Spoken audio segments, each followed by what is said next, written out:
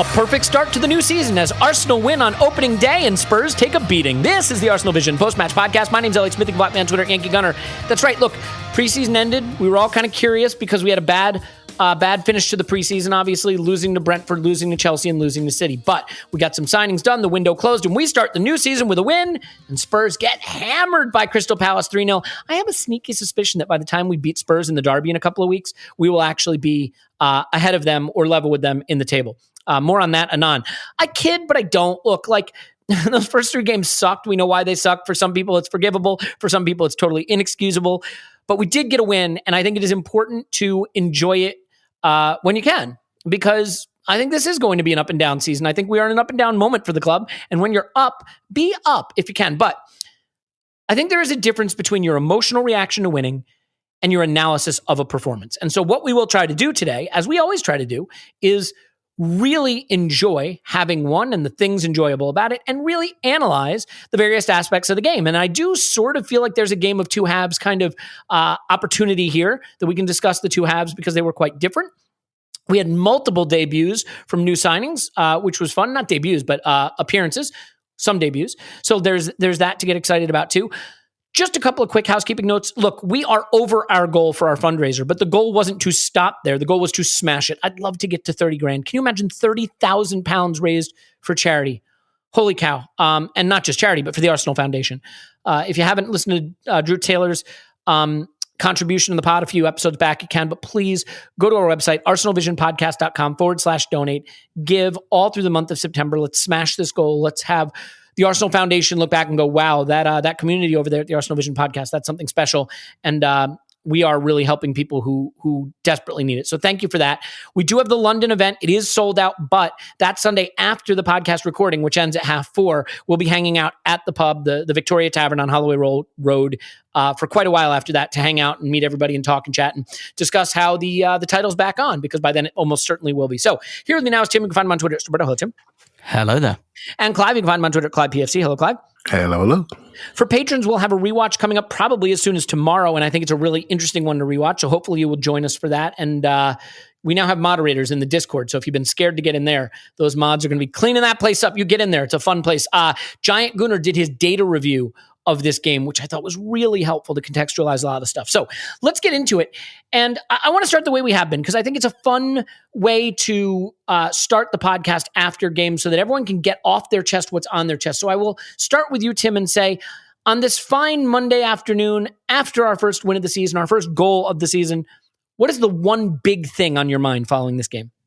Yeah, sure. I think for me, the one big thing about this game is that it's almost impossible to take it in isolation, and that actually what we're looking at is we're trying to pull at a bit of a narrative thread. And I know you said in the instant reaction, you talked about, is this kind of the first building block, or is this a stay of execution? And the truth is, we're not going to know the answer to that for another couple of games. And I think that's quite interesting. I think it's almost more interesting to analyse this game in a couple of weeks' time, which obviously we won't do. But to like almost like stick a little tack on this and come back to it and say, what was that the start of the comeback? Was that the start of this new team forming and getting the kind of confidence building result, or was it just we beat a bad team at home? But also, I think. And I think we'll probably do some of that. I won't call it agonizing, but we'll have some of that discussion in this podcast. But I think what I'd probably also say is that if you change the context, if let's say we got 7 points, even 6 points out of the first three games, and we win this 1-0 with an XG of 3, you'd probably just say, yeah, like good performance. Like if this came in the middle of a good run, you'd probably say, yeah, okay, not perfect, but we won 1-0, should have been a lot more, fair enough. And so it's, that's what I mean about this game seems to be almost suffocated at the moment by the kind of the narrative and the context around it.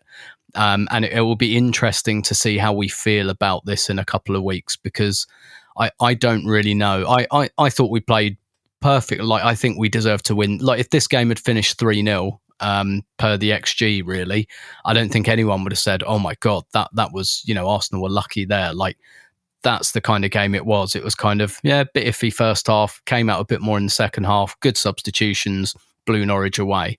And when you're playing well, that's kind of seen as a kind of, TCB, taking care of business. But when you're not, it's kind of seen as, well, it was only 1-0 against Norwich and we had to really work hard for the goal. So it's one of those games where it's almost impossible to decontextualize it. Yeah, I think that's really well said and absolutely right, which is that, and this, I'll come to this on my one big thing, but I think the hyper-analysis of performances is sort of becoming a replacement for the relevance of the result. I'll explain what I mean by that in a moment, but it is definitely the case that I can understand the concern about how we played with the neutral game state. From the 13th minute to the 43rd minute, the only shot we mustered was Kieran Tierney from 30 yards out after a corner into Rosette. That period of the game feels very much like what Arteta football has been in some respects, which is some pretty build-up, fairly organized, nothing particularly wrong with it, nothing particularly dangerous about it. Now, that's not what it had been in the first 3 games, but I think it's fair to say that a large stretch of Mikel Arteta's tenure has been sort of typified by that kind of football. The second half was very different. And so I do think how we hyperanalyze this being our sort of first, quote, winnable game, first game with the players back, or not all of them, but a good chunk of them back, there was going to always be that extra scrutiny on top of this one, a little extra special sauce on it.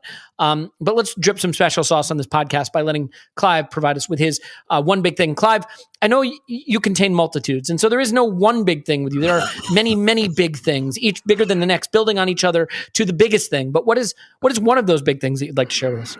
Honestly, I've got so much to say about this game, and I hope we do a rewatch this week. And tomorrow, yeah, probably, yeah, tomorrow does suit, yeah. So yeah.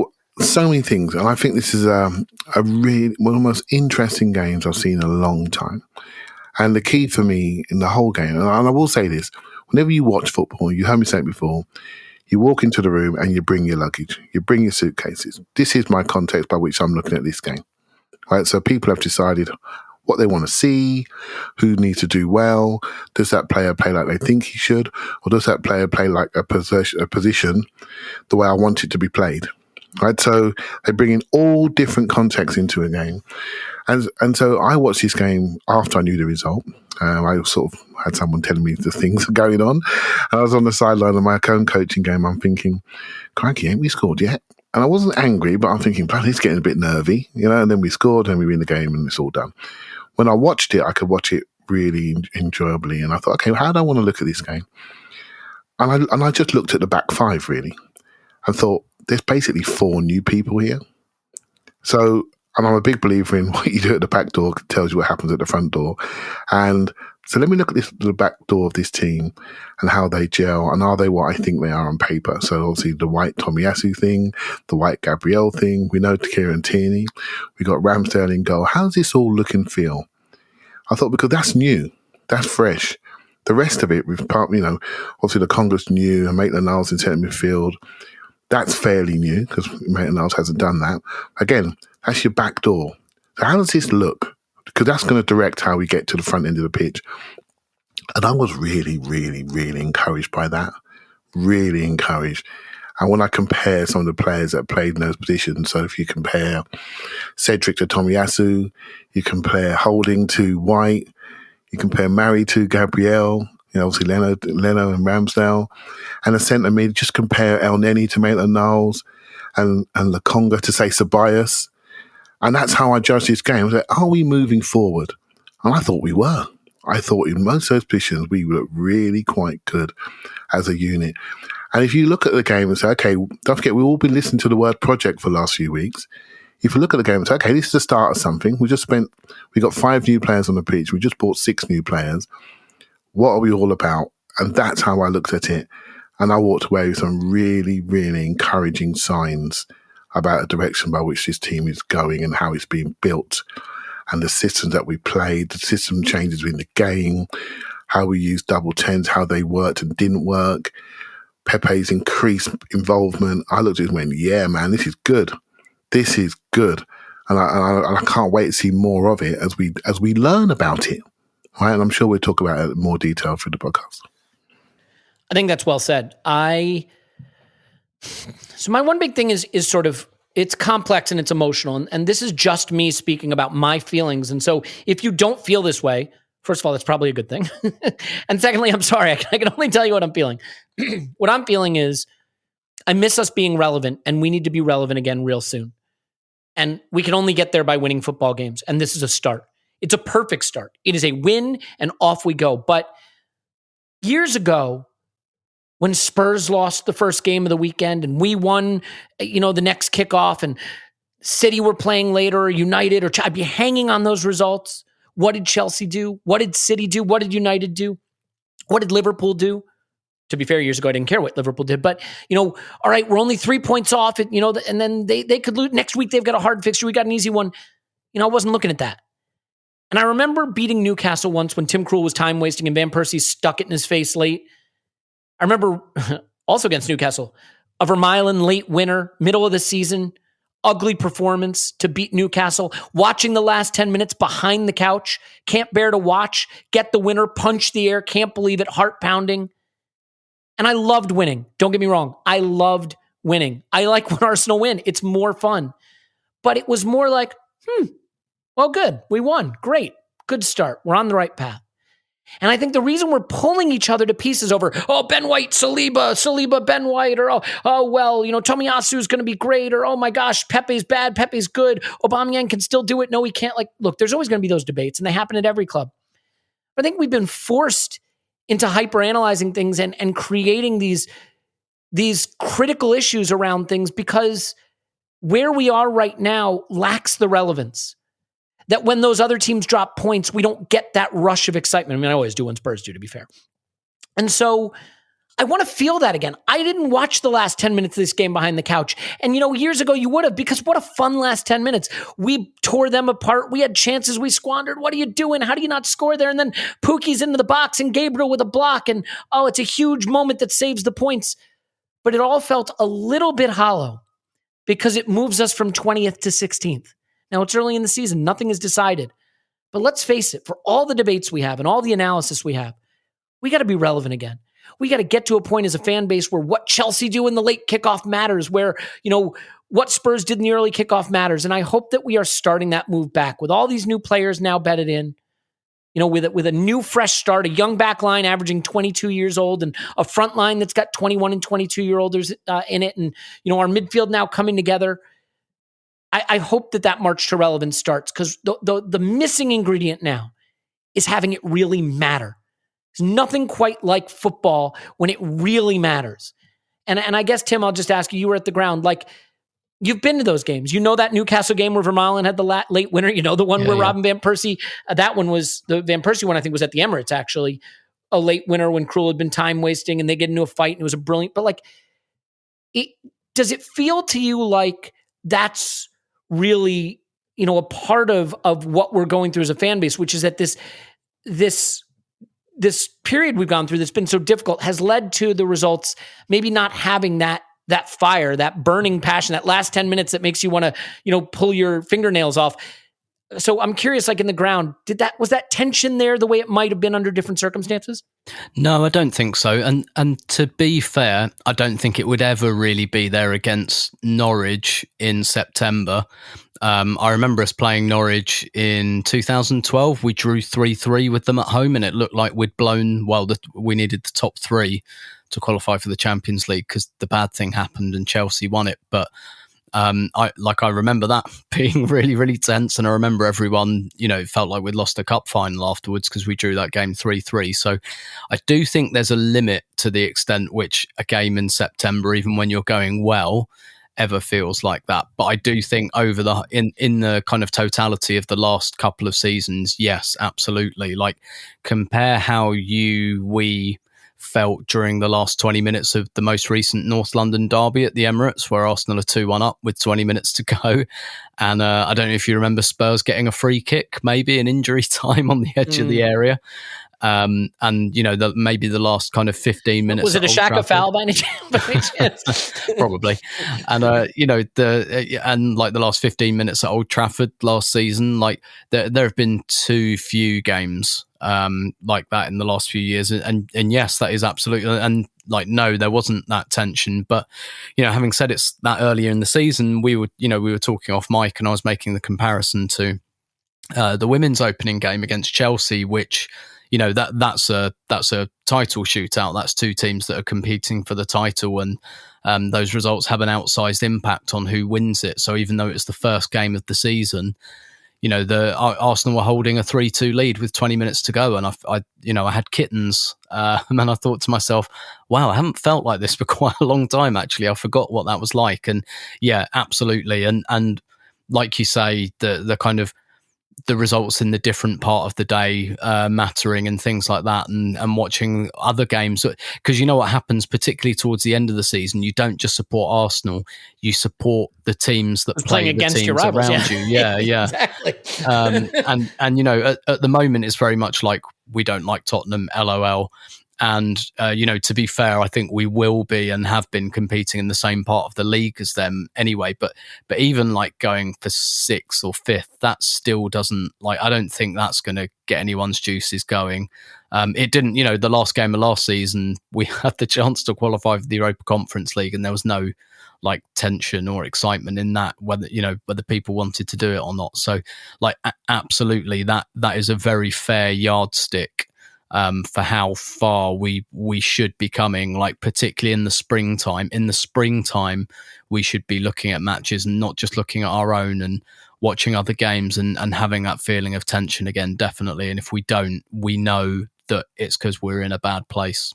Yeah, and I'm just happy to get back. Like, I'm not saying we won't get back there. I'm just saying I think that helps a lot, because it's missing. Was it there's a famous picture of Arsene Wenger with his like head basically in Pat Rice's lap, right? Getting a cuddle from him, like so nervous. Isn't that the West Brom game when Kieran Gibbs, I think it was, made a like last ditch save on the goal line to basically save us top 4. And I realize that's the last game of the season, not the 4th. But like, I think the reason I thought about this too is I listened to the Arscast, which is what I do so that I can have ideas to talk about on the podcast. And, Andrew was talking about the policing of emotion, like, oh, yeah, how you're celebrating it like it was a World Cup, or, oh, and I think the reason there's any policing of emotion is when the games matter, everyone agrees, right? When you win ugly against Norwich to keep yourself in a title race or something, there's very little policing of emotion. So I think there is a bit of just wanting to get back that urgency. And I'm not saying we won't get there, by the way. And I'm not saying that we won't get there this season even. It's a long season. You never know. I'm just, that really resonated with me, that I want to get back to caring how the other results are going, and, really watching the last 10 minutes of a close game behind the couch and feeling like this matters, so that the analysis isn't so fraught, because it's more about being lost in the passion as a supporter. We weren't fraught over the analysis of how we beat Chelsea in the FA Cup final or City in the semifinal, right? Because it just mattered. Clive, let's get into the game itself, though. No, I'm going to say something there. Oh, please. Mm-hmm. Yeah, because I think the game matters to me. It really does. And all the other results matter to me as well, because I want us to improve and be better positioned. And I think the game can matter to you in different ways. And so I've accepted that we have taken out 30 players in the last 2 years and brought in I don't know how many. So I've accepted that we're in this sort of phase of Arsenal's development and project. And so straight away, once I accept that, I look at the team in a different way. And I say, okay, this is where we are. This is where we're going. We're reducing our wage bill. We're doing the renewal, which I've been shouting about for about 3 years. So now we're here. Okay, what does it look like? Let's hope we got it right.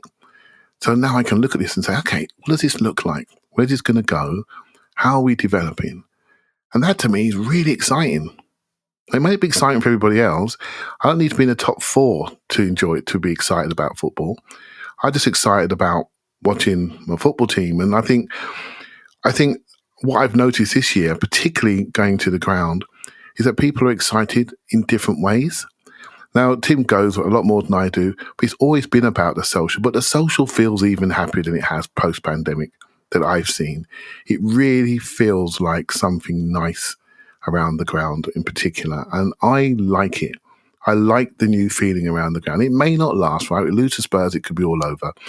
But I do think people are enjoying it in their own way. And I don't think it needs to be related to mattering because we're in the top end of the table. I think I think if we're looking at this with our eyes open, we are on a project, on a development path, which we all agree will hopefully lead to those Arsenal Man United games that really are for the title. But that hasn't been the case for a long time now. And that West Brom game, it was for fourth. It wasn't for first. It was also 6 seasons ago. Or 7 yeah, seasons and it was ago. for fourth. And I've often said that, about Spurs have potentially got a problem. They don't know it's here yet.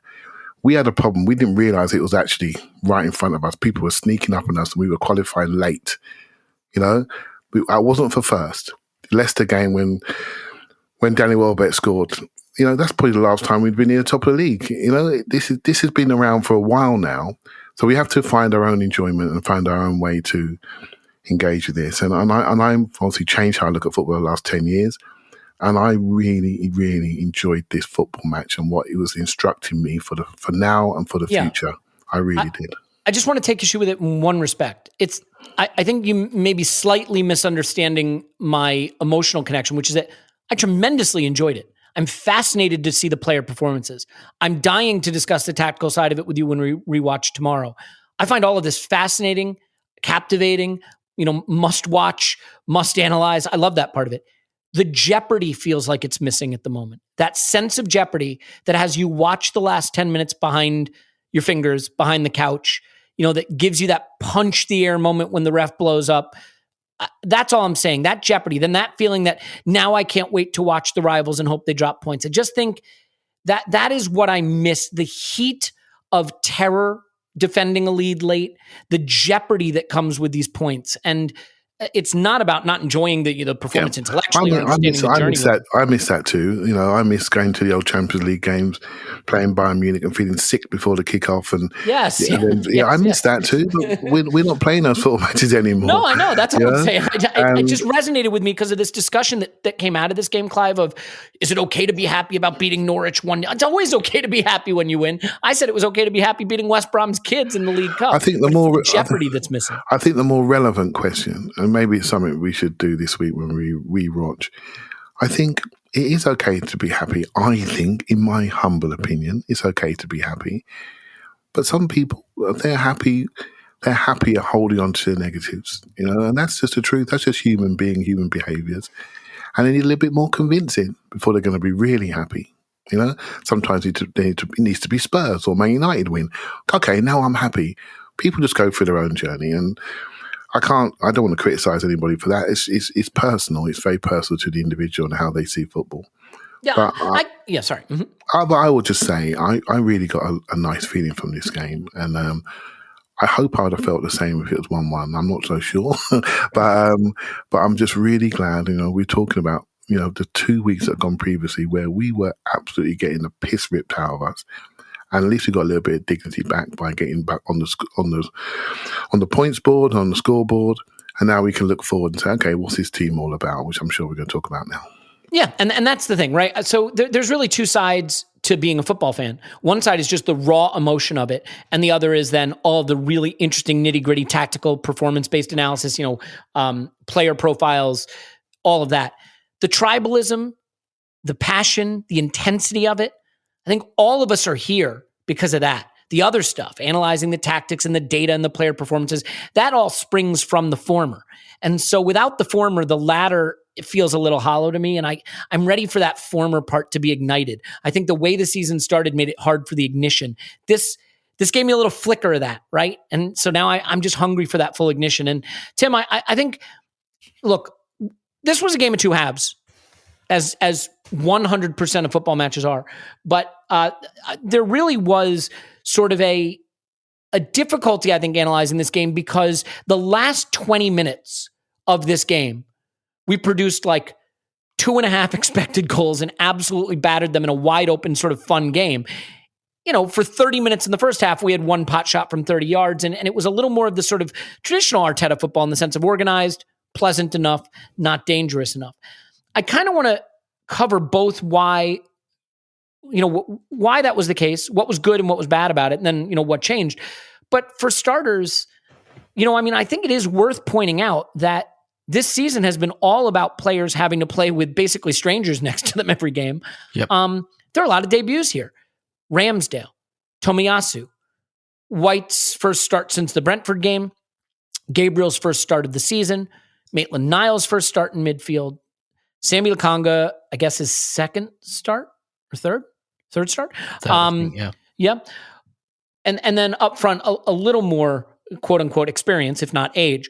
So how exciting is it for you though, to look at this team that he put out and think, we are well and truly on the path to the future here. The 20-something-year-old back line, Ramsdale era begins. The bright young attacking players in Saka and Odegaard. The vision of the future, at least, was spelled out in this game quite clearly. Yeah, absolutely. And I was trying to think of a time when it's ever been like this. Even like the whole trolley dash in 2011, it was really only Mertesacker and Arteta that came straight into the team, and then Benayoun was, he was a member of that team. And he kind of came in and out a little bit. He was a bit more of a high level rotation option, but it really was only Arteta and Mertesacker. And because usually, when you buy players at this point of a season with a few games in, you kind of ease them in, but there was really no point in doing that, because easing players in assumes that there's some kind of foundation for them to work with or something they've got to get used to. But when you've lost 3 games and deservedly lost all of them, and frankly in 2 of them been absolutely beaten out of sight, there's no reason to do, like when the whole house has imploded, you don't worry about putting new curtains up, really. No. And that's, I was trying to think of a time where we've just put everyone in, and I, before kickoff, I thought, yeah, why not? Like, I kind of agreed with Paul last week on the pod where he said he didn't think Tomiyasu would start. I didn't think so either, just because we have other right backs, but boy, if I was one of them at the moment, I'd be thinking, God, this guy really doesn't rate me at all. To put someone in who's like just come in from Japan, but it really, like, it was total revolution. It really was, and I do find that exciting. But I also like. I guess I find it exciting just because there are so many caveats about the first 3 games. And all of those caveats have gone now, and you feel like I hate the fact that the transfer window stays open for those first 3 games for this exact reason. And maybe this is, well, it's at least partially Arsenal's fault, but I think this is just how the market is in general. It always feels to me like those first games before and not just for Arsenal, for pretty much everyone, those first games are just never about the football. And it's like, that's not just a comment on like the way football's covered. Like, I don't even really think it is for the managers. So like Man City lose their first game of the season. What's it all about? It's all about Harry Kane, because they lose to Spurs and they couldn't get Harry Kane, and then they try and get Ronaldo. And it just feels like it just doesn't feel like the season's started. And I hate that. First of all, I think I really understand why the Premier League clubs had that trial period without it, because it is really irritating. It must be really irritating as a coach, and as a fan, I hate it, because I really want to be excited about the new season. And it really puts like a bit of a, like, I hate this rhythm of transfer window, international break. I hate that. I think it's a really shit way to start a football season, and I really think it should be rethought. And so I am excited, like, because even regardless of what happens, I kind of always feel like this bit is the start of the season, albeit the rhythm's broken up by so many international breaks in October and November.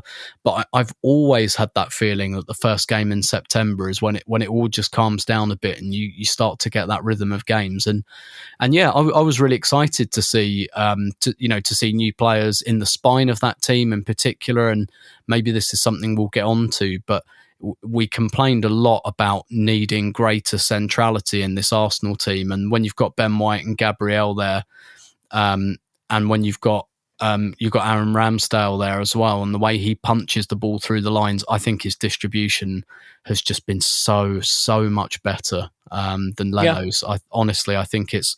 I still don't know how good a goalkeeper he is, but fuck me, distribution wise, he is so much better than Leno from what I've seen these first two games, and so there was particularly I think the Ramsdale one weirdly was the one that excited me the most, because that was the one I wasn't really sure would happen before the game. I thought it's coming. I think it will happen quite soon, but I wasn't quite sure if Arteta would be this ruthless with Leno, because Leno, I don't think he's been terrible, but I don't think he's been good. And I think he looks like he's checked out psychologically. And honestly, I thought this was the right decision. I think it's like, look, you've backed this guy, you've bought him. Leno, to me, just looks like he's kind of checked out. And so, and when you're on a basis of 0 points, nobody is sacred. And yeah, go for it. Why not? And so, yeah, it does, like, I know it's a hoary old cliche, but it really does feel like the season started. But also, I feel like in terms of, look, the first couple of months of this season at least is going to be defined by how we judge Arteta and whether that becomes a final judgment. And now I really feel like, which is not to excuse him for the first 3 games at all, by the way, but like now it really feels like, okay, there are no excuses anymore. Yeah, and credit to him, because he said in the interview this week, I have the tools I need now. He didn't wait to deploy them. He didn't spend $25 million on a goalkeeper and then say, well, we'll get to the point where Leno has clearly lost it. Ramsdale season started, and it was time, to commit to that move because we committed to that player. And I think that takes courage. He didn't say, let me play Chambers at right back so Tomiyasu has time to adjust. He steps off a plane from Japan. He's better than our other right backs, and he goes right in the lineup. White goes right in. Maitland-Niles, you want to show that you can do it? Here's a starting central midfield spot. He didn't have El Neni. He didn't have Partey. He didn't have Xhaka. But, he went with the young kid who's been saying he wants a chance, Sambi Lokonga. Like, he made big calls, and I think it shows that he understands that there's no screwing around. There's no time to sort of let these players get comfortable. They were brought in to do a job, and they were given that job to do. One thing that was interesting for me, Clive, watching this with the back line and Ramsdale, I guess, we tend to think of players as individuals, and oftentimes we analyze their performances individually. And I do think in some positions that can be the case. If you have Kylian Mbappe or Cristiano Ronaldo or Lionel Messi or Erling Haaland or whatever, like, you can drop that player into any team and make a difference. Yeah. But back lines are units, and they have to fit together.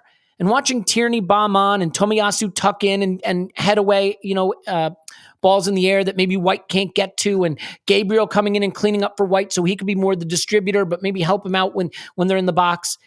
This unit, 22, 22, 23, 23, like, it feels really complementary. And you could argue that, when you buy a center back for $50 million, it shouldn't need to be complementary. Well, whatever. The point is, the unit looks like it makes sense. And I thought watching it in this game that the back four has an interesting combination of qualities that kind of does complement each other really well. I mean, do you think that that's the case, that regardless of individual appraisals, that the unit we built as a back four looks like it makes a lot of coherent sense in terms of its characteristics? Yeah, that's why it was my one big thing.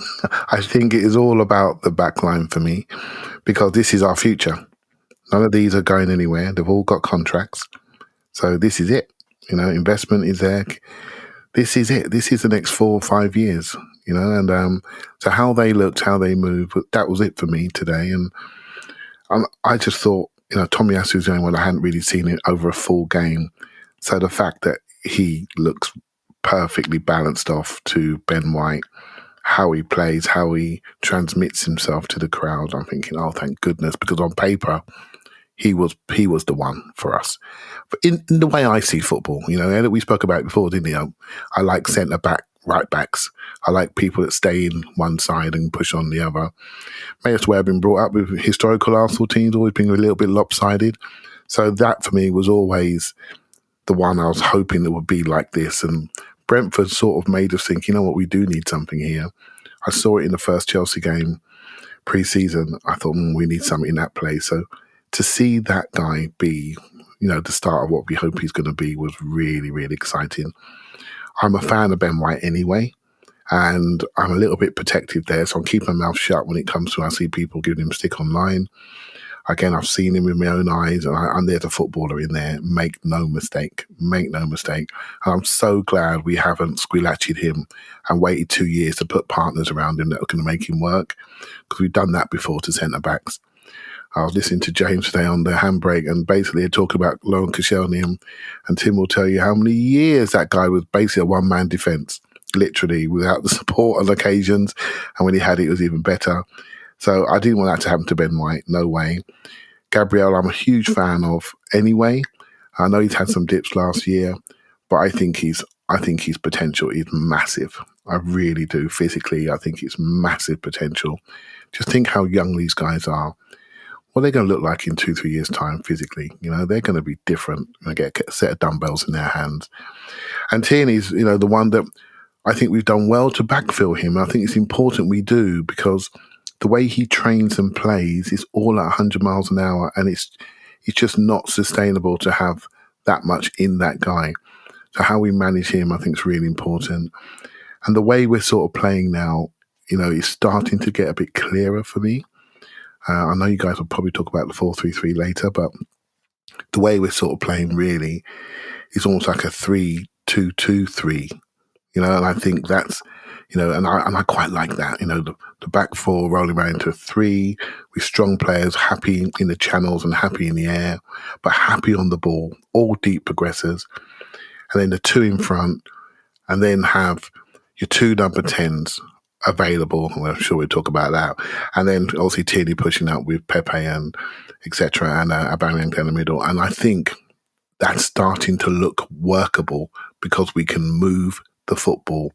We got people who can pass the football from the back. And this is stuff that's not going away. This is it now. And all those boys at the back can clip it. They can clip it, they can fizz it, they can move it, and they're good on it. And they can drive out of their holes and carry it. This is really interesting stuff.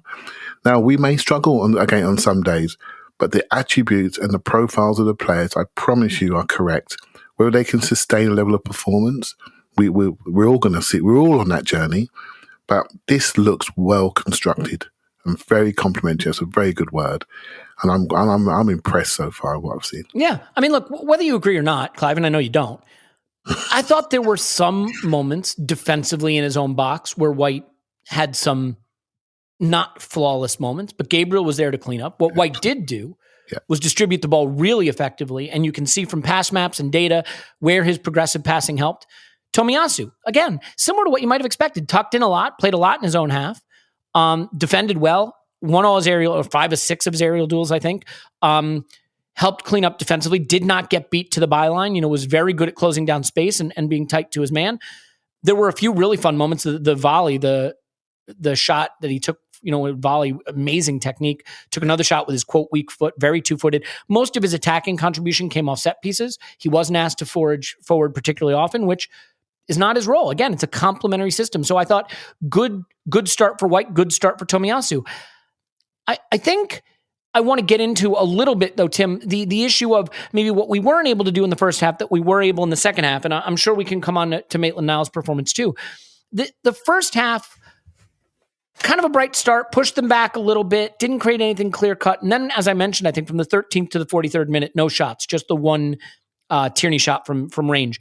Some decent build-up, but if you look at pass maps and you look at that half again, you see a lot of Aubameyang sort of isolated.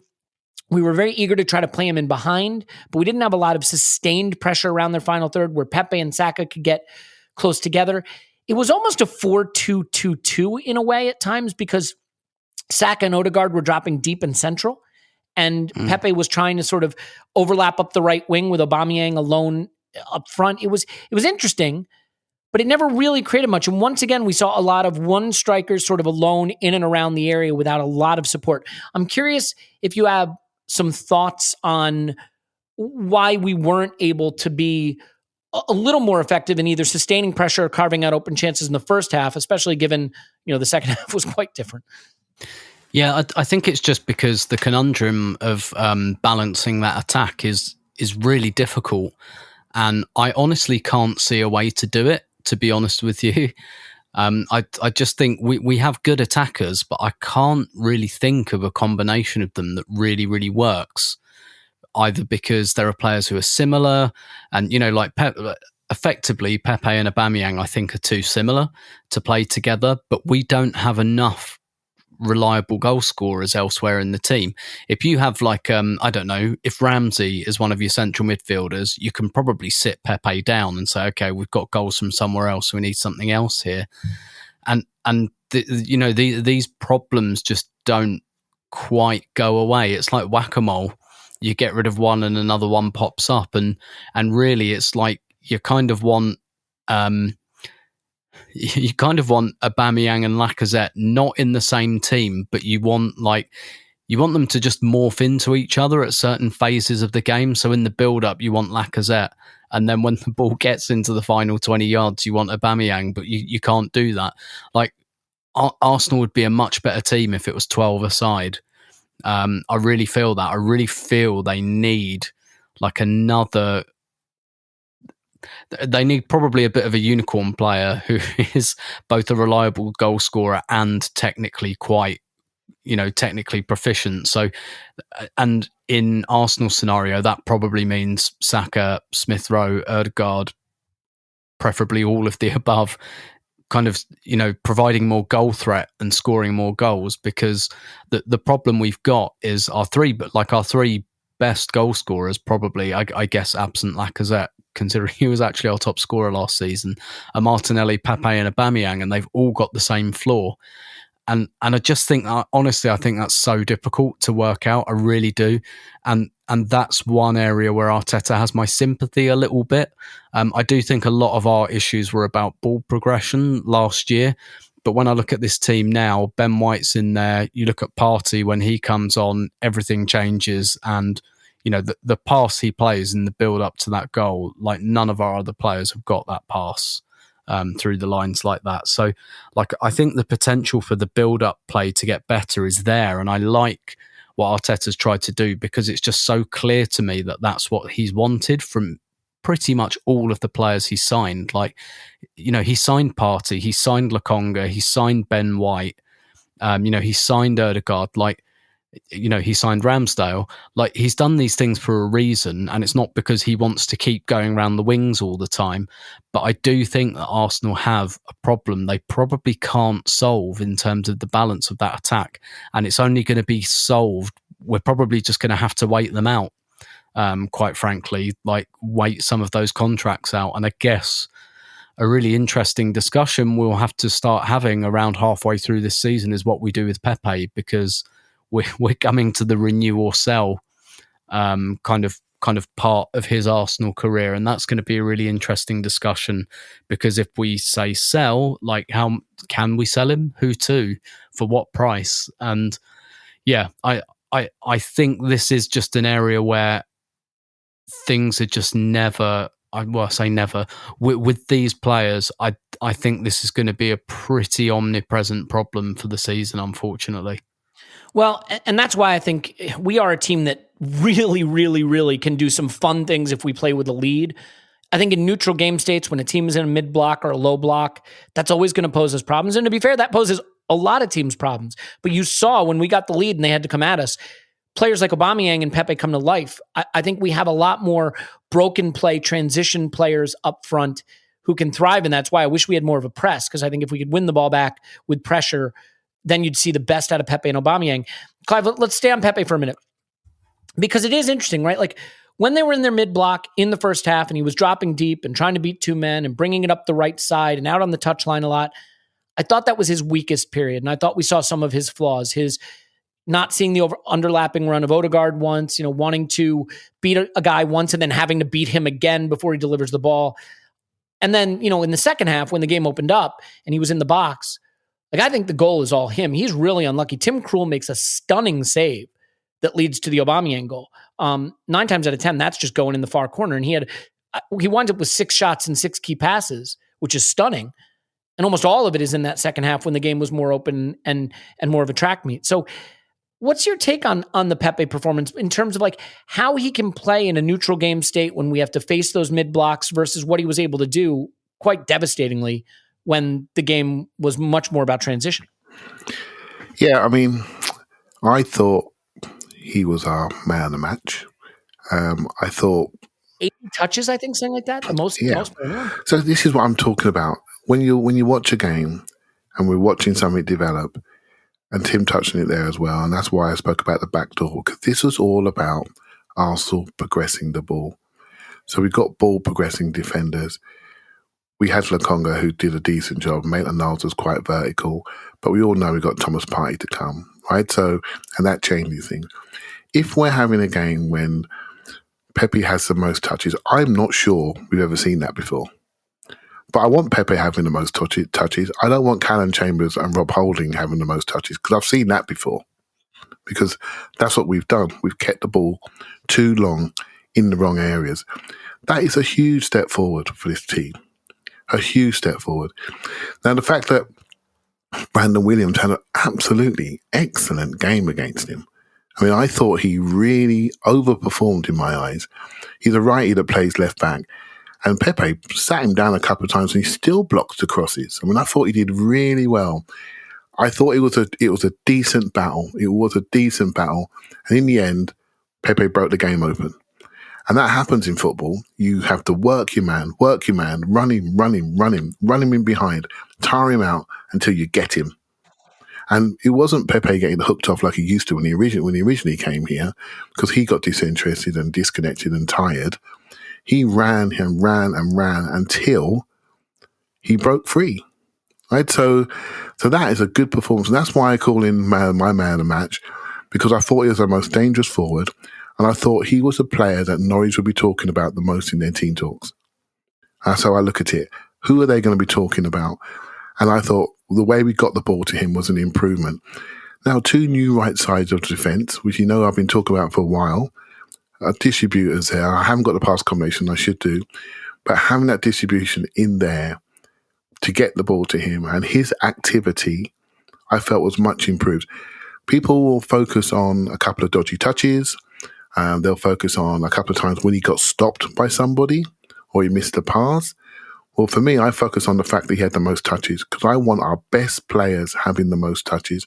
I don't want our worst distributors and our defenders who can't move it having the most touches. And that's why we've been historically the slowest attack in the league. So again, developmental point, this is a huge step forward.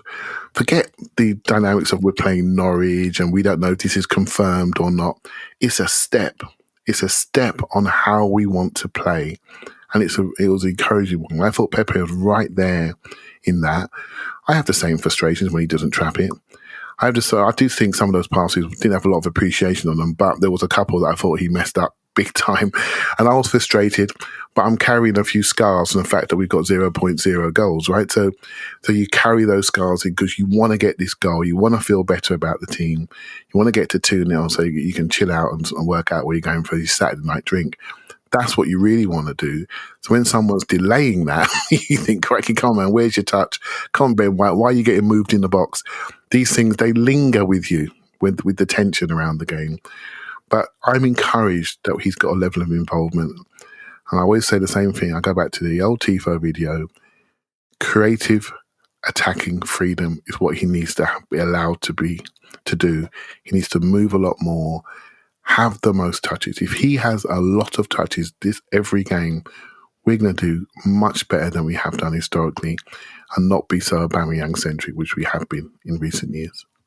Yeah, and I just think, look, the pass Partey makes to get to Saka is staggeringly excellent. And it's what we missed.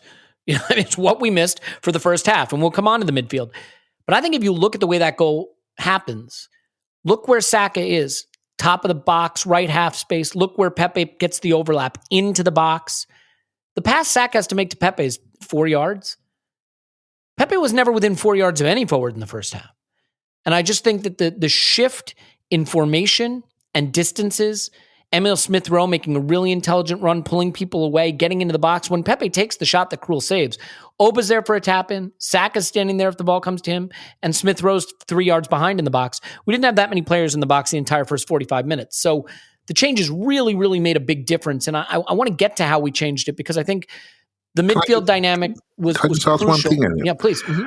I mean, and again, when I watched the game, I thought it wasn't just the first half. I thought the start of the game we were quite good. Yeah, about 15 minutes. Yep. Mm-hmm. Yeah, 15, 20 minutes. So there were two halves in the first half, and then once Norwich sort of got a breather for 2025, it sort of became a lot more even.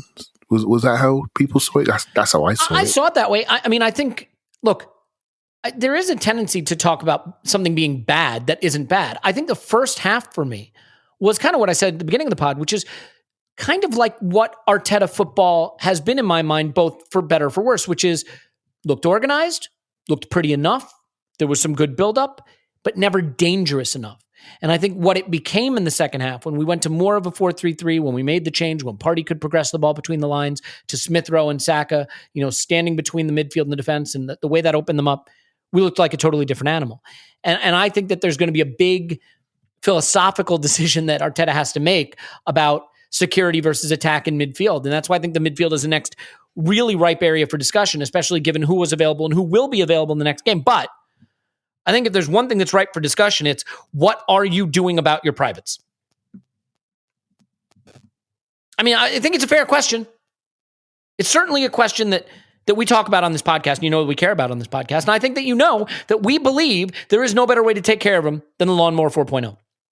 Okay, look, we're many, many months into this relationship with Manscaped now. By now, you know that Lawnmower 4.0 is waterproof, has a long battery life, has a button lock, has a new LED light, has the inductive charging, has the different sizing insert things. That's the technical term that lets you do eyebrows or whatever part of your body you want. And you probably know there's a weed whacker by now that does your nose and your ears. So you know all that. What you may not know is that they have all kinds of like cool other products, tonics, sprays, powders, things like that help you up. That they give you like this really nice accessory kit to keep it all if you're getting back to traveling. But I look at certain things we do in our life. Like it's funny, right? I got a really nice electric toothbrush like a couple years ago. And brushing your teeth is a pain in the ass. You don't think about it a lot. You have to do it, right?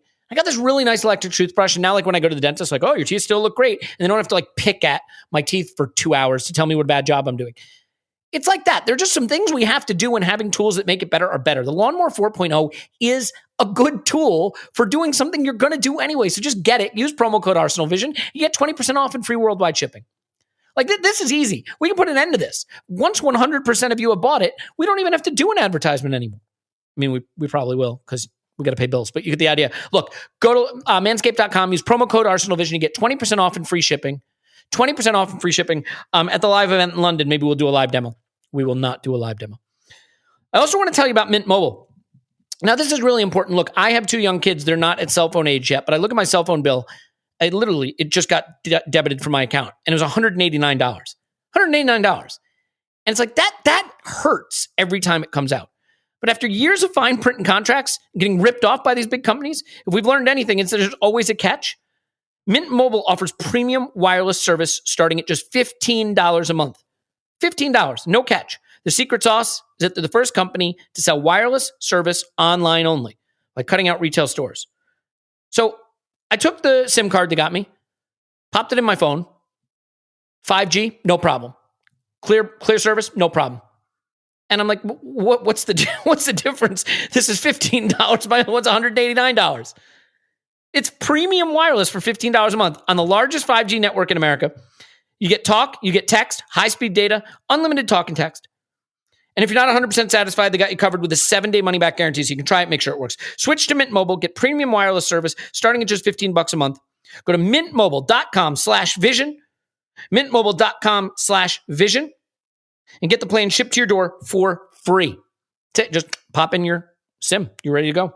mintmobile.com/vision. Do it now. $15 a month for wireless service. You can't beat it. Okay. Clive, that enough of that? Yeah, that is enough of that. And I will say quickly on Pepe to finish up. Interesting. Smith, Tomiyasu was the highest pass combination to him. But the next two, to your point, was Smith Rowe and Partey, which is interesting given the fact they're only on the pitch 30 minutes, a short period of time. Yeah. So that probably gives to both our points, really, that we're doing some good stuff there to get the ball to our danger men. Yes. Yep. So, okay. Let's do this, Tim. Let's talk about the midfield. I don't think it's funny, right? Because you look at this team and you're like, this is the team we get, the team we put out against Norwich is the team. But the irony is the two starting midfielders are not the team, and midfield is the game in a lot of ways. And so we started with Sami and we started with Maitland-Niles, and we got a really clear look at that system with those players versus the 4-3-3 we went to later, if you want to call it that. One thing that I thought was interesting, and I don't know if this is by design or not. So there was an interview with Martin Odegaard when he was at Madrid. He's walking on the pitch at the Bernabeu and he's talking to, I want to say, Guillaume Balaguer. He basically says, like, the coaches work with me a lot because I like to come to the ball. They want me to stay up the pitch. Don't come to the ball. Be available between the lines where I can, cause more damage. He was dropping deep a lot in this game. He was coming back and dropping in. Now, Arteta said Odegaard can do that. He can drop into those pockets. So I don't know if it's by design or a little bit of what he talked about at Madrid of just coming to the ball too much. But I really felt that we did not have those distances for Maitland-Niles and Sami the same way we did with Partey and when Smith Rowe came on. I'm curious how you felt about the Sami Maitland-Niles partnership. Do you think they were victims a little bit of just all the pieces not fitting together right? Or do you think that they both could have been a little more effective in the way they tried to attack Norwich? I think in essence, both of them probably just needed a senior partner. I think Maitland-Niles' performance is probably much better if he's playing next to Partey and ditto Lokonga. Even if Xhaka, I'm not so sure about Xhaka and Maitland-Niles, whether, how much that would have worked for Ainsley, but even Xhaka and Lokonga, I think probably would have looked better. I think effectively we just had two junior guys. I know Maitland-Niles is 24 and not junior in age, but in this position he's junior. He's not played it that many times and they've been quite far apart really. Albeit he played most of his time at West Brom there. So, I guess he's got some recent Premier League experience there, but really I think, and it was just down to the circumstance really. I think they both needed that senior partner there. And, when that happens and you don't have that senior partner, you're both looking at each other and you're kind of thinking, well, I'm not that guy and I'm not that guy either. So I do think there was a little bit of that going on.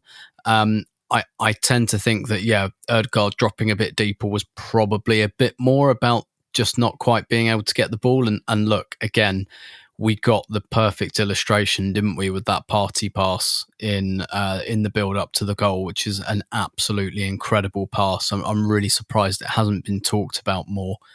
And Saka deserves credit for the way he controls it, right? It's kind of like a little mini Cruyff to get pointed forward right away. It's just really good from both of them. And that Saka's strength as well, by the way. His I guess his superpower is the way he gets turned so quickly, and that's how he got his place. That's how he got into the England team during the Euros, because particularly when you're playing on the counter, that's such a huge weapon, the way that he can just like take the ball on the half turn, and not even a half turn, he makes it look like a quarter turn, but he can go from facing his own goal to facing the opponent's goal very, very quickly within the space of one touch. And that's his kind of his strength, and that's why he looks quite good on the right, I think, taking the ball there like that. But Maitland-Niles, Lokonga looks like he has the potential to have that kind of pass, but probably not yet. He's probably not, maybe psychologically as much as anything, not quite in that place where, I'm going to play that ball. I'm going to really try that. I'm not, it's because it is as much like most footballers, I think, have got the technical ability to pull off a pass like that. I guess it's the speed of execution, but it's also that kind of, I'm going to try this. Like, that looks like a really hard pass, but I'm going to try it because I think I'll pull it off. And so that just gave you a real illustration, I think, of just the step up, probably not just in quality, but in seniority of a player just going, no, I'm the senior guy here. Arteta talked about Partey, he's got to be the boss. I mean, that was a boss move in more ways than one. And that's what, like, we really, really need that because we play with a double pivot. That we really, and I think that's what Arteta's getting at as well when he's saying, Partey has to be the boss, because effectively, Odegaard's a number 10 and he drops back and all of that, but really we're playing with two central midfielders, and that means we can't have like a Ramsey or an Ozil really there. So we need one of those guys to do something with the football, particularly if they're not going to score goals. And And I guess that's kind of been my problem with the midfield over the last few years. That I don't think we saw this from Maitland-Niles and Lokonga, but the fact that our midfielders don't play in midfield, the fact that like one of them is basically a quasi left back, and like the other one's left, like I think that's got to stop. I think we need two midfielders in midfield. Quite frankly, and I think at least we got that from Lokonga and Maitland-Niles. Like I didn't look at them and think, "Oh my god, they're getting bowled over here. They're getting played through," or it didn't look vacant to me. Like it's just neither of them had that real kind of uptick of quality you need, particularly against the deep block. So I think it's a little bit circumstance, but just a little bit. You know, we needed someone like Partey there. Yeah, I mean, well, and there's a reason we paid what we did for him, and he's in his prime, and Sambi's 21, and, you know... Hopefully he'll get there. Yeah, Maitland-Niles is really sort of trying to figure out who he is as a footballer. I mean, Clive, the interesting thing is I thought Maitland-Niles and Sami had kind of opposite games in a way. Lokonga receiving things on the half turn, little clever punch balls 5 yards forward to Odegaard and stepping around pressure a little bit without ever really hurting them. You know, got it out to Pepe or Tomiyasu, got it out to Tierney. But Maitland-Niles kind of had the opposite game, I thought, which is he had some sloppiness, he had some giveaways in pretty easy situations, missed the simple pass quite a few times, but also seemed really eager to try to get Aubameyang in behind, played the ball over the top a few times. He had one that was really frustrating because he had Oba running in between the center back and the full back, and he played it on time. It was the right pass, but he didn't hit it right, and it sort of took Oba out towards the corner flag. And to be fair to Aubameyang, that's the one where he gets the cross into Pepe, and his shot is blocked brilliantly at the far post. But I'm curious how you sort of look at their performances, because in Sami, I saw a confident, controlled, sort of polished performance without being threatening. And in Maitland-Niles, I saw some encouraging attempts to be more direct and threatening, but also maybe just a lack of the kind of polish and clean passing you'd want from a midfielder. How did you see that partnership? Because, I do think a lot of the struggle we had creatively in the first half might be down to that. Yeah, I thought it was interesting. I don't think it's a partnership for the future, but it's an example of the raised floor, in my opinion. We got two players in that really have taken the Ceballos Elneny role. And so do I like it's better than Ceballos and Elneny? I think there's an argument there. There's a debate, right? So, and the top two in our centre midfield are going to be Xhaka and Partey, whether people like it or not. That's going to be the top two. So I'm looking at this thinking, yeah, you did okay. I didn't feel that we were vulnerable. I thought he moved the ball quite. He's a short passer, a combination passer, and he just strokes the ball between the lines. And he did go out to Tierney a few times. You sometimes think, come on, mate, just put a bit of zip on that ball. You don't know what you could be. But it was his first game, maybe his first ever Premier League start in centre midfield for Arsenal. It could be in the Premier League. I thought he did fine without tearing the house down. And I think it's a good day for him. I think what I'm looking for in that sort of square in there is I'm looking for Saka and Odegaard to be the escape artists we know they are with the ball. So Tim's absolutely right. Saka, the way he bounces around corners and turns either way, doesn't matter. He can escape from crocodiles, right? He just gets around the corner brilliantly and then drives really quickly and freezes people. So he has that ability. And Odegaard's the ability. He takes it and he can turn it, chop you, keep you off balance, chop you different ways. And basically, he really does give you that ability to secure it and then people drop away. And so when I was watching this game, I was thinking we were very excited to go back to front. And because we could see the space around Hanley, who's a little bit sluggish, though he's improving actually. I thought he was a terrible player a couple of years ago. And I think Arsenal fancied Aubameyang against him pace-wise. And we were a bit greedy going back to front. I felt we needed one more pass, and I felt we needed some ability, just one more pass to slip Aubameyang in over 15 yards, not 30 yards, if you see what I mean. And I think we were too focused on that, Clive. I think that we just seemed so intent that we were going to play Oba in behind. Did you feel that there was that was the instruction, or didn't it? Because it felt like we were doing a lot more than we ever usually do. Yeah, I felt we were obsessed with it, actually. Sometimes the team shows you space and grass and you think, I'm going to take it. And I say to my own team, don't get obsessed by the grass. Don't get obsessed by, because we play on not flat pitches, by the hill, by the slope. And you sort of It's easy to overhit. get obsessed with the Emirates grass because it is beautiful. But do you see what I mean? Sometimes you get obsessed by, you think you've got a weakness and you overdo it. Well, sometimes you just suck people onto you and then go extra couple of passes and then go through the lines. And so if I'm looking at the two at the base of midfield, I'm thinking, okay, I know I just need a 6 out of 10 from you today. This is all new for you. And Tim just pointed out in the channel that he played against Man United. And he did. And he was man of the match in that game, Tim, if I remember rightly, against Pogba. He was really good. Yeah, he was really, really good. And so lots of people wanted to see him in there. Since then, I know he played in the FA Cup against Southampton in there and did really, really well. My view on him is he's okay in there. He's okay. Maybe we don't need to get people from Real Madrid when I think he can do an okay job in there. That's just my opinion. But I felt that the two top boys in Saka and Odegaard, I wanted them to scream for it more. One of those, if I was in the ground, I'll be able to be really convinced by this. Can you two get on it? Can you demand it, turn around and play in our crown jewels in behind? I felt we were a bit obsessed. Now, was that a fault of the defenders? Was that the fault of maybe we got too inexperienced centre midfielders, we're going to miss them out and then try to get play in their half, and get the second balls? I'm not quite sure yet. I need to rewatch that again and again. But I was looking at Odegaard and Saka and thinking, come on, guys, get on it. And it's quite interesting when Smith Rowe got in and there was a little bit more options, everyone got on it. And everyone started to look good. So did Norwich do a good job against Saka and Odegaard? They fouled Saka a lot. They really smashed him. And so they stopped that flow going through there, marked them tightly, and forced us to go longer, and which we did to not great chance creation success, if you see what I mean, although we were sort of in charge. So that's how I saw it. And I thought that's why I found this game really interesting. I think it created problems for us, which we eventually solved. I thought the selection was good at the start. I thought the substitutions were timely. The system change was timely.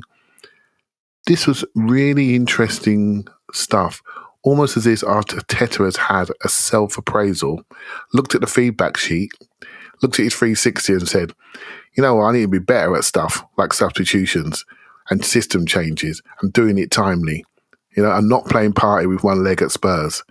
Do you know what I mean? He really has taken his self-appraisal on really well and communicated this well before and after the game and then executed. So yeah. I'm interested by this. Really, you said something really, really relevant here. I think that the fact that he was willing to keep Partey out and go with a totally untested, young, inexperienced midfield in Maitland-Niles and Sami, I think shows some growth, because you can't rush Partey back and lose him again, even though he wound up being the savior of the game in some ways. And Tim, the interesting thing is the way the dynamic changes, because if you look at the pass map from the first half, Bukayo Saka is deeper than Maitland-Niles, than Tierney, than Odegaard. Odegaard is deeper than Tierney. You're just about on plane with him.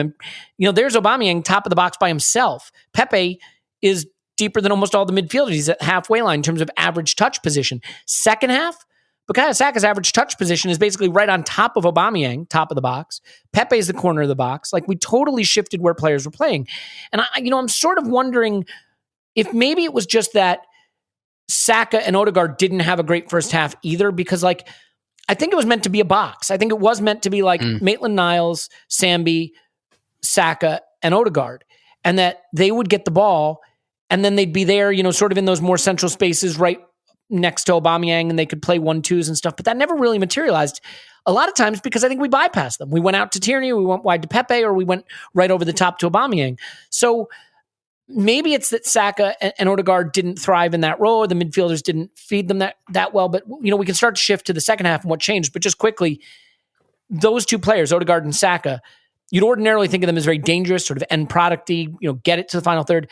They really didn't do that in the first half. And I'm wondering if you think that was about the midfielders not finding them in those positions, or maybe them not taking up dangerous enough positions to get it into that attacking, zone and get close to Aubameyang. Yeah, a little bit of both. And I think also, I think what's becoming clear under Arteta as well is there's a long game and a short game developing. a lot of the players we've bought can wallop a ball 60 yards, and I really don't think that's a coincidence, and that's why David Luiz always played. That's why he stayed patient with Mustafi as long as he did, because one thing Mustafi could do was hit a long diagonal. He was actually quite good at that, and so Arteta probably kept faith with him a lot longer than he should have because of that. So there's definitely an element to which he wants to mix up between a long game and a short game. And I think we just got that calculation a bit wrong. You know, you guys have just spoken about how we probably became too obsessed with trying to put Aubameyang in behind. And, you know, as Clive said, we were trying to hit that pass somewhere between 30 and 50 yards rather than, 15 yards. And it's just fine tuning, right? And I think it's just something that comes out of starting a load of new players together. It's just about learning when to play the short game and when to play the long game and mixing that up properly. Like City do it. City will they'll play it around the back. You'll start to press them and then they'll go, thank you very much, and drop it over your head. Ederson will just wallop it 80 yards. And that's the formula I think we're trying to go for. And we just didn't quite get that equation right in the first half. I think we just concentrated a little bit maybe too much on the long game, but also the distances just weren't there for the short game either. I think you're right. I think it was kind of meant to be a box, but we just didn't have that kind of spacing correct between the players, and we got it better in the second half. And again, the goal, you see it. That's you see the box shape, you see the pass through the lines, you see Saka standing at the top of the box. Like I think it was just a case of fine tuning. Tim, did you see in the ground? Did we miss those passes to Odegaard and Saka? Were they like flapping arms, or were they in spaces and we turned away? Because I thought they didn't quite show their feet enough. But I'll take my view from you in the ground. What did you think? No, I don't think so. To be honest, I think it was just a case of we were going long quite a lot, and the distances weren't there. Okay, there definitely weren't times where I was looking, going, play him in. Like that. That wasn't happening. No. Oh, top man, cheers. Well, so let's talk about how it changed then. I mean, Clive, the interesting thing is it wasn't just about changing midfield. So Maitland-Niles is essentially subbed out of midfield to move to right back. Makes sense. Tomiyasu just arrived, probably not ready to go the full 90. Looked like he was starting to blow a little bit. And Sami replaced for Partey. Smith Rowe comes on. And, it is interesting. Smith Rowe is a player that I just think is sensational. Old school, everything goes forward. His runs are forward. His passes are forward. His carries are forward. He's always driving forward. And it gave us just a lot of directness and urgency to move the ball forward. I think that word is one that's been sticking in my mind a little bit about the way Arsenal attack: urgency. There is a sort of, not casualness, but patience that at some point needs to give way to an urgency to drive the ball forward. And Smith Rowe gives us that. But Thomas Partey really is the oil in the engine, and you saw it so clearly with that pass to Saka, but so many times the direct, progressive central passing that he does totally changes the attack. And I'm curious if you saw it as being a 4-3-3 that we switched to, or just that the players we brought on were more inclined to take up aggressive, attack-oriented positions. They were just told to get further up the pitch. Yeah, it could have been a 4-3-3, could have been a 4-1-4-1. I see a lot of people talking about that over the weekend, and it didn't really hit me like that. All I saw was the daddy come on the pitch. And when he comes on the pitch, everyone gives him the ball because they know he's good. And that happens in teams. When good players arrive, they just get it. And then people start moving. And that's all I saw. And I just think, this was an important moment for me, because when we signed Thomas Partey, I wasn't sure if he was sold, you're going to be the leader of a youth project, and this was the first time he's been on the pitch with these new signings. And I was really interested to see how he was and engaged he was, and the role that he took up and the seniority that he took up. And I thought him and Aubameyang both did well in that regard. I thought they really were like a couple of captains, on the pitch when they were on the pitch together. And I thought that's a really interesting dynamic and one to see. Again, it was a start point. This game was all about the start of the new team. And is the new rage. And by the way, this team is manager agnostic. It doesn't matter. Look at the length of the contracts. That's all you need to look at. And don't worry about the manager. The manager will work or it won't work. The relationship will work or it won't work. But these players are here. They've all got chunky contracts, all of them, have been signed or re-signed by this management and by this executive. So this is why I was really interested in that connection. Thomas Partey, for me, I think, so I better keep quiet because people say I get too emotional and excited about certain players. So I just think he's very good, and everyone I do knows as well, it. but in the other direction. That's and everyone knows it, and that's why Chelsea smashed him off the pitch pre-season. And that's going to be the big issue, really, is him not getting the old Jack Wilshere treatment, holding it too long, getting smashed from the side, because everyone knows if it comes out of his boots, they're in a bit of trouble, because not how he can just do a lot of things to solve problems. He can beat you, he can chop you, he can switch it both sides, he can carry. But the real thing is he got, which is unique to him and maybe Thiago, is a disguise by which he plays. And I think he beats people with the eyes, and that pass was just whipped it around with the eyes. And that's the stuff Thiago does. And he's always been statistical. Similarly to Thiago, in my view, they look physically different. And it's that player that gets us going. Now, I see a lot of people talking about Partey as a potential 6. Well, I think he's got more in his boots than, say, Fabinho. I think it's brilliant as a defensive 6. I think he could easily be an 8 in a 4-3-3. And good luck trying to stop him further out the pitch.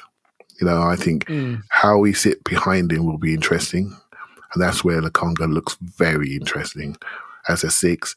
And if you put Partey as one of 2 8s, then Arsenal start to look like a team that can go to places away from home with that type of system. And so again, the interesting thing about this whole game was not just what we did on this day, but what the potential system changes, tweaks, with these group of players we can actually do going forward, 3 at the back. It's all available to us now because the Pacifics are on the pitch and they don't look like idiots. They look like players who are going to get better. So that's a good start.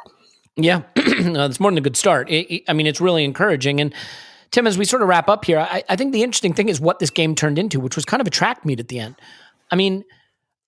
I'm so torn on how to feel because in a way there was huge frustration in the moment that we didn't find a second goal with all the openings we created. Some were, a bit unlucky and some were wasteful.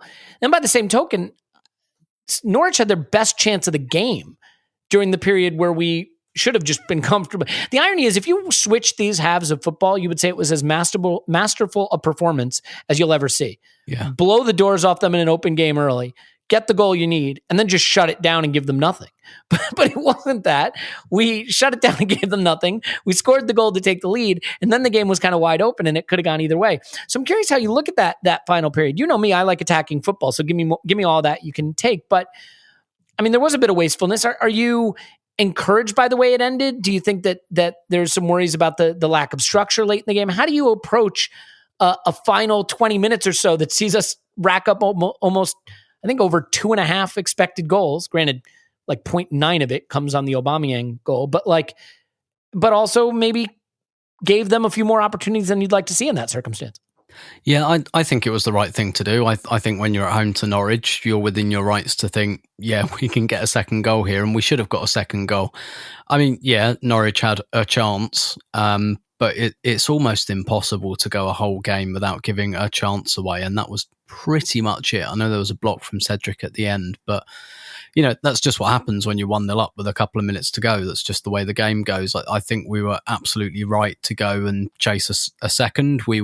We created enough to do so. And at the moment, given the issue that chance creation has been for Arsenal, I'm quite happy with us creating chances. That to me is a positive step forward. I think the other thing is as well, we made the substitution to make, and this was where it was very, I don't want to say un-Arteta actually, because maybe now he's just got the players to do this, but he was able to do that thing where, it was a slight tweak to the formation, but like what Arteta doesn't want to do is, the old Wenger substitution of like, fuck it, let's just put 4 players up front. Like, he doesn't really want to change the system, but what he'd like to do is just give the system a bit more impetus, which is why I probably think he might have paused over the decision to sell Joe Willock, because I think Joe Willock would have been like a nice, like, I don't think there's good enough reason to keep him and turn down the money, but would have been like quite a nice player to put on with 20 minutes to go. And it means you don't have to change your system. It just means maybe you take off Elneny and put on Willock, and then the system's the same, but the impetus is very different. But we changed it. So we had like that 4-3-3 with Partey, Smith Rowe and Ødegaard. So it kind of stands to reason, both given the game state and the personnel that we had on, that the game would become more open. And that certainly suited us more than Norwich. Like, granted, Norwich could have got a point in the end. I still think they'd have been incredibly fortunate to have done so. The balance of play suggests that what should have happened is that Arsenal should have got a second and third goal. And if we approach all of these games like that, that is what will happen more often than not. We'll get caught once or twice and we'll feel really shit about it and we'll moan about it because we've drawn 1-1 at home to, someone in the bottom half. Newsflash, we used to do that when we were good as well. That's just what happens sometimes. But yeah, generally speaking, that is how we should approach these games, and I take that as an encouraging sign.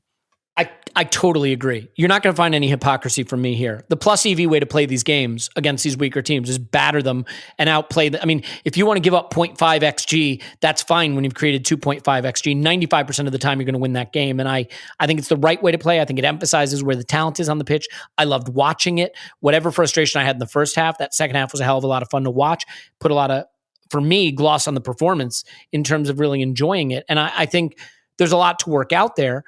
But I think the next piece of this, Clive, and I think we can sort of wrap this up soon, but I think Ødegaard is a player we brought not just to be a connector, but a final third guy.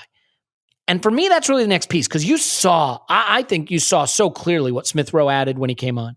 And Pepe got closer to the box and was devastating. And Aubameyang obviously scored the goal. Saka was influential in the goal, popping up into an interesting area. Ødegaard was given the role to sort of drop in a little closer to Partey.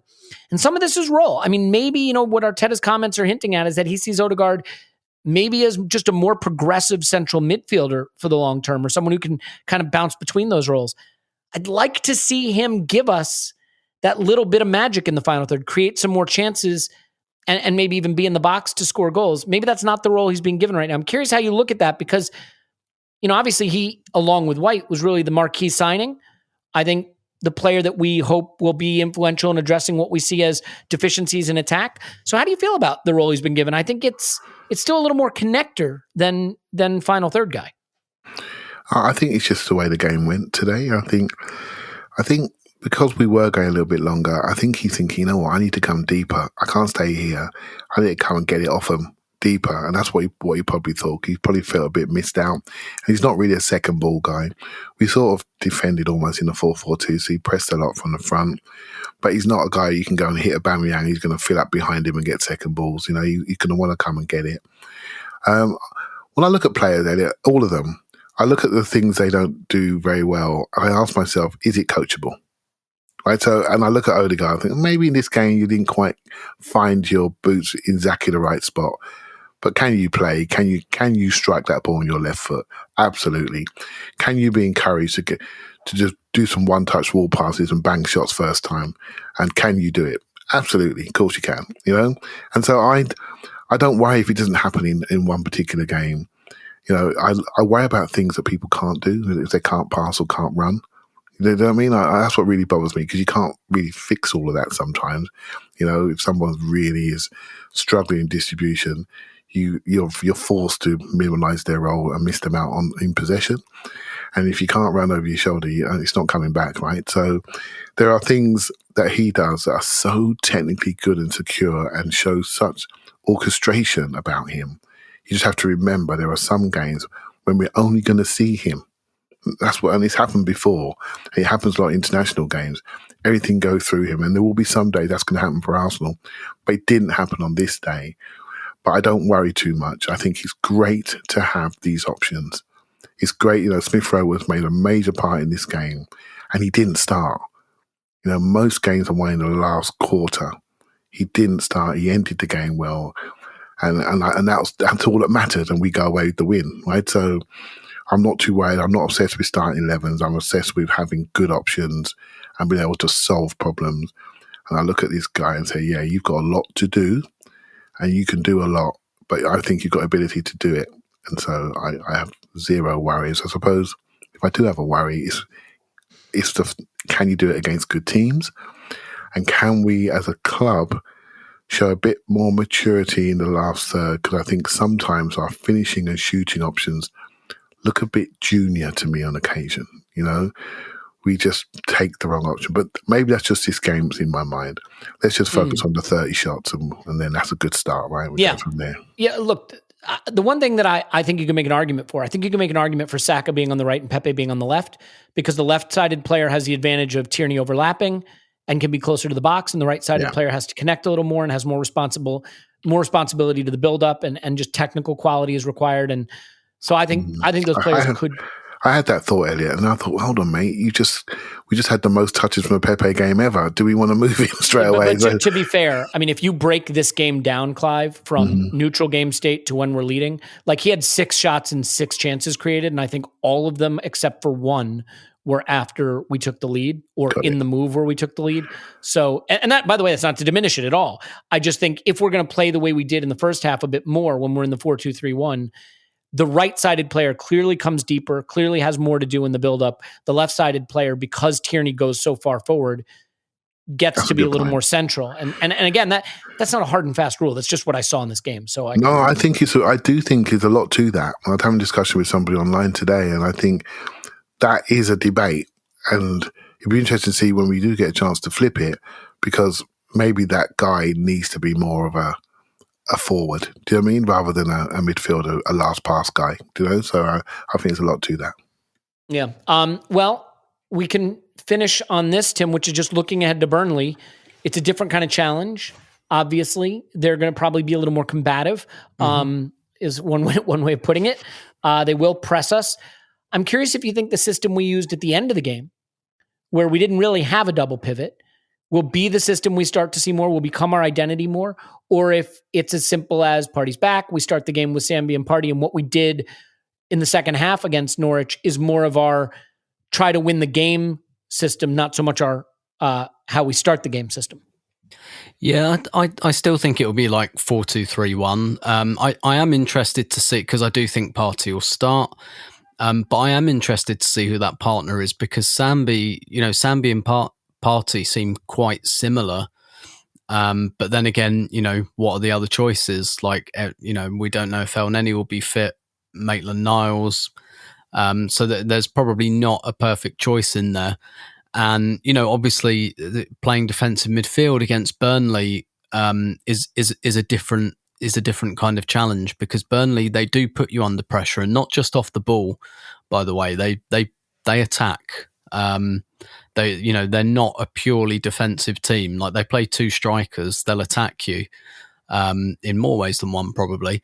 So it's one of those where you do have to be kind of cognizant of Burnley's strengths as well, and particularly trying to pick up second balls and things like that off of because they'll go long towards Barnes and Wood, and you want to be picking up those second balls. I mean, I think Sami and Partey will be fine at that, to be honest. But I mean, I don't see us doing like a 4-3-3 to start this game. I think at the moment, at this stage of our development, that's something Arteta will keep in the back pocket as a potentially like attacking change at 0-0.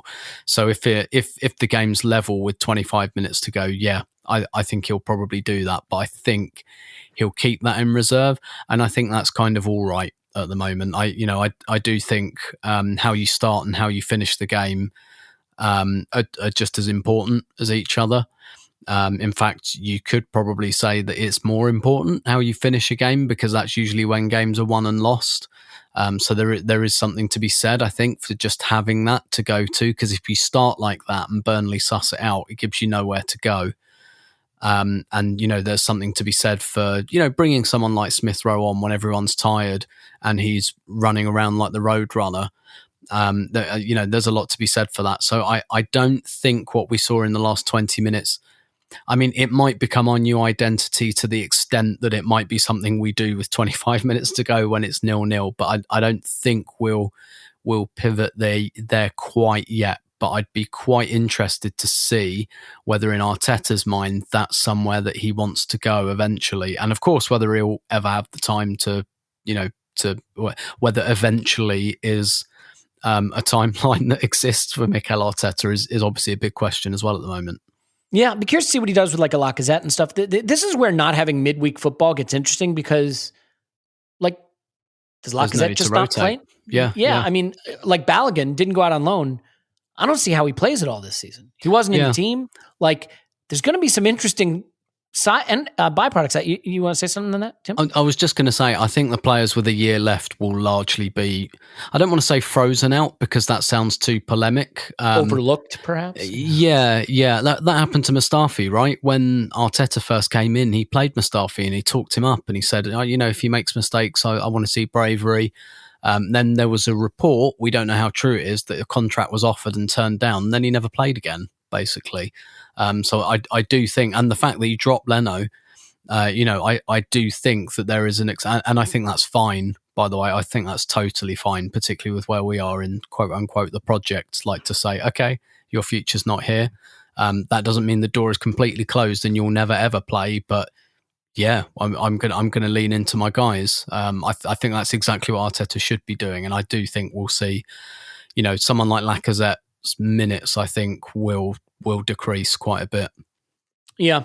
Well, Clive, you have any agreement or disagreement with Tim's perspective on? No, I think he's right, and he needs to bum some of these people out, because what I don't want to see is people just say, "Nah, I'm not signing a contract," and get all the perks of playing.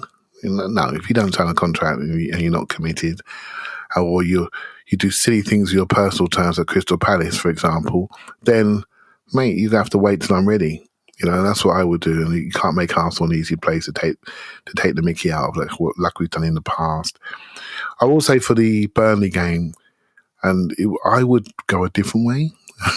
I would go back three.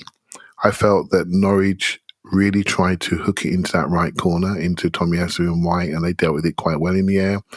But Burnley have a couple of monsters up there with sharp elbows. So I think I would go back three, and I think Everton have done that tonight as well, and I think that makes a lot of sense, because what you want to do is you want to take away the one thing they can do really quickly. Back three, double pivot, win the second balls, turn around, push their wide men back, and then sort them out that way and maybe end the game slightly differently. So that's what I would do and I would do that for Chelsea, I'd do that for Brentford, I'd do that for most of those teams that play two strikers, or have a back three system, and I would use it. And it could be interesting to see what happens, but I wouldn't be against that for this one game. Yeah. Well, we'll certainly see.